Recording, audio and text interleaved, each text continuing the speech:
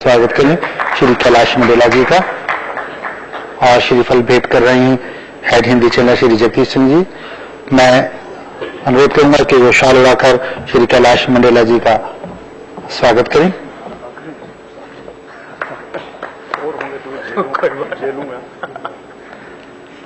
मैं अतिथियों से अनुरोध करूंगा कृपया वे अपना स्थान ग्रहण करें।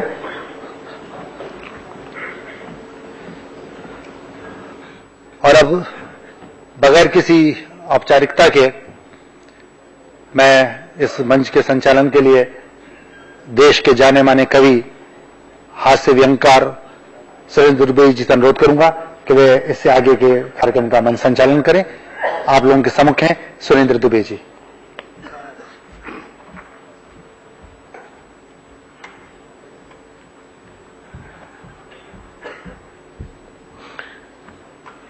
महानुभावों, आप सबको प्रणाम करता हूं। मां सरस्वती जी को प्रणाम करता हूं और आप सबको शुभकामनाएं देता हूं। हमारे स्वतंत्रता दिवस की, देश को आजाद हुए इतने वर्ष हो गए और हम आजादी के फल खा रहे हैं। जिन शहीदों की वजह से आजादी आई उनको प्रणाम करता हूं।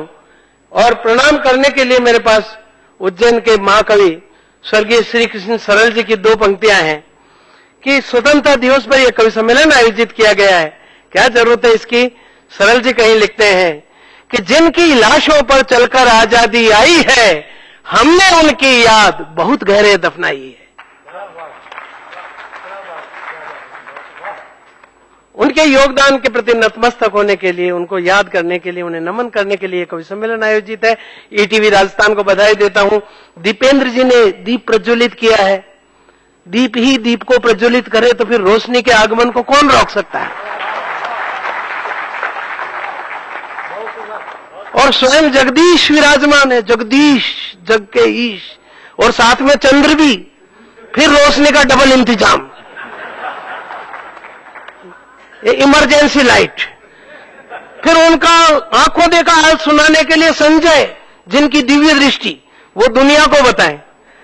क्या योग है, क्या संयोग है, ये स्वतंत्रता के सही मायने हैं। वरना तो स्वर्गीय सरोज जी को लिखना पड़ा था कि आजादी के बाद जिस तरह से देश में जो लोग आए उनके लिए उन्होंने लिखा, बहुत इशारे में, कविता इशारे की भाषा होती है। सरोज जी लिखते हैं कि कैसे कैसे लोग ऐसे वैसे हो गए और ऐसे वैसे लोग कैसे कैसे हो गए।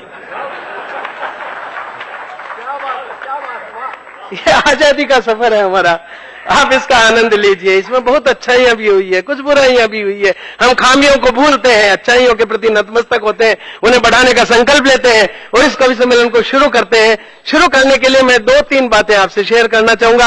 आपको बताना चाहूंगा कि कवि सम्मेलन की 2 शर्तें हैं मित्रों। कवि सम्मेलन को 2 तरफ से खतरा होता है, बैरागी जी कहते हैं, मैं नहीं कहता। 2 तरफ से खतरा होता है, एक बाहर के कोलाहल से, एक भीतर के अल्कोहल से। अल्कोहल वाला खतरा तो हम लोगों ने टाला, कोलाहल वाला आपको टालना पड़ेगा। दूसरी बात फिर बैरागी जी से उधार लेके बोलता हूं। बैरागी जी कहते हैं कि कवि की मौत सिर्फ 2 जगह होती है। एक तो तब जब कोई बेवकूफ श्रोता गलत जगह पर दाद दे दे, और दूसरी तब जब दाद देने की तो जगह हो लेकिन समझदार श्रोता खामोश रह जाए।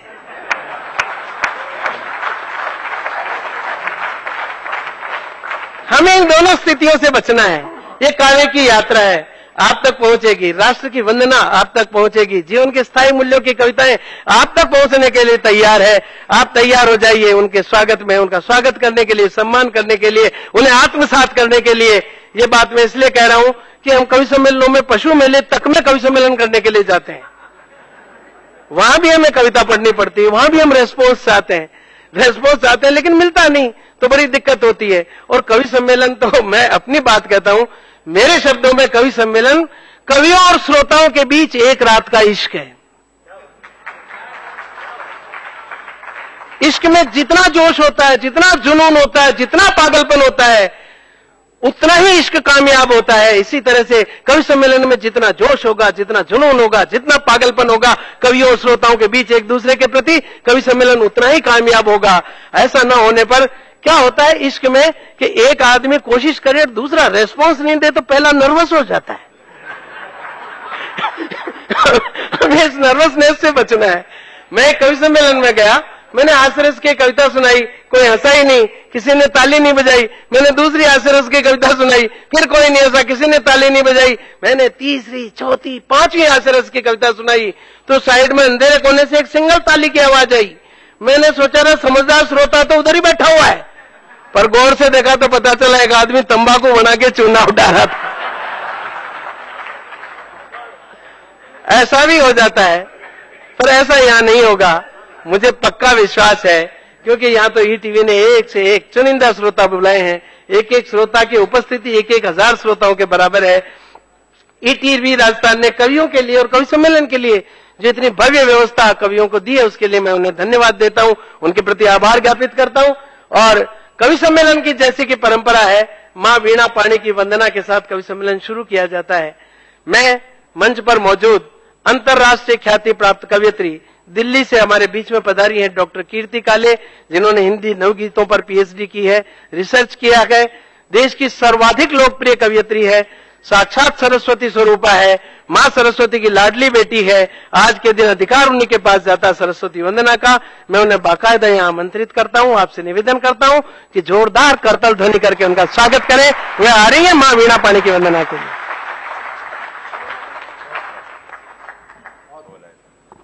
Thank you sir, thank you.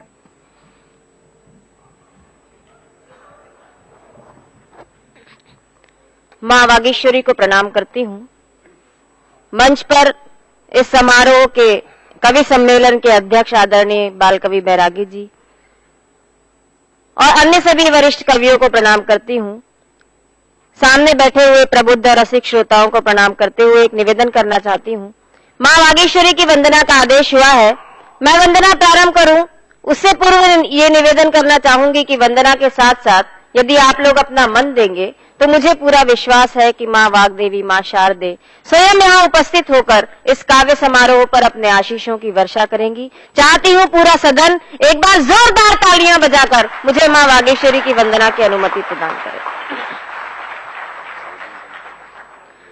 Chandravadan मधुर हसन कमल दल विहारिणी, चंद्रवदन मधुर हसन कमल दल विहारिणी, शुभ्रवदन शुक्ल वसन विमला हंसवाहिनी, चंद्रवदन मधुर हसन कमल दल विहारिणी, देव्या भव्या आदिशक्ति सत्य नित्य ज्ञान बुद्धि काव्य रूप रस की स्रोत भाव्या मन भाविनी, चंद्रवदन मधुर हसन कमल दल विहारिणी, महादेवी वाक देवी सुर नर असुर सेवी, आनंद रूप धीश्वरी, आनंद रूप धीश्वरी, भुक्ति मुक्ति दायनी, चंद्रवदन मधुर हसन कमल दल विहारिणी, चिन्मयी तू हो प्रसन्न नाशो सब मन के द्वंद्व, चिन्मयी तू हो प्रसन्न नाशो सब मन के द्वंद्व, जागृत हो ज्ञान ज्योति सत्यानंद स्वरूपिणी, चंद्रवदन मधुर हसन कमल दल विहारिणी, कमल दल विहारिणी, कमल दल विहारिणी। मां वीणा पाणी की वंदना की डॉक्टर कीर्ति काले ने, और पूरे राष्ट्र की वंदना करने के लिए, राष्ट्र का सिंबल है हमारा तिरंगा, तिरंगे की वंदना, तिरंगे के सम्मान में एक गीत का पाठ करने के लिए बाद में अपने क्रम में वो अन्य कविता पढ़ेंगे, लेकिन मंच पर मौजूद है जगदीश सोलंकी, जो हिंदी कवि सम्मेलन की नो की ऊर्जा का नाम है, कोटा से हमारे बीच में पधारे हैं। मैं उनसे निवेदन करता हूं कि माइक पे पधारे और तिरंगे के शान में, तिरंगे के सम्मान में एक जोरदार कविता पढ़े। आपसे निवेदन की तालियों की गड़गड़ाहट से भाई जगदीश सोलंकी का स्वागत करें।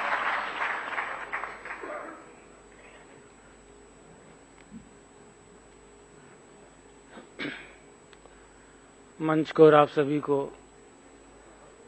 सादर अभिवादन करता हूं।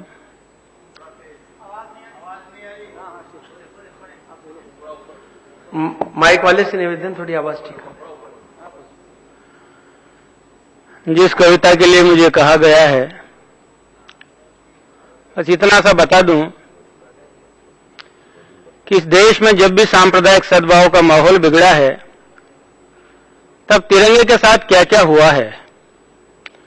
मैंने ये कल्पना की है कि तिरंगा कुछ सोचता और तिरंगे की जुबान होती तो तिरंगा हमसे क्या कहता। उस क्या कहने को ध्यान में रखना। मैं कविता प्रारंभ करता हूं, सुनिए।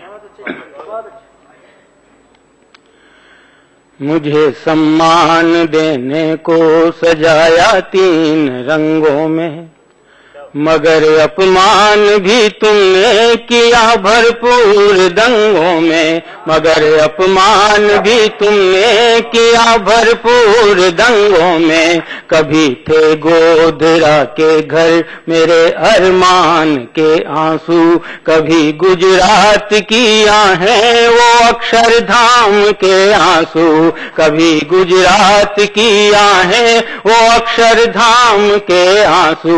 ये आंसू की भारत को मेरी आंखों ने गाया है, कभी रोया हूं मैं छिप कर, कभी मुझको रुलाया है, कभी सुलगा हूं भीतर तो कभी बाहर जलाया है।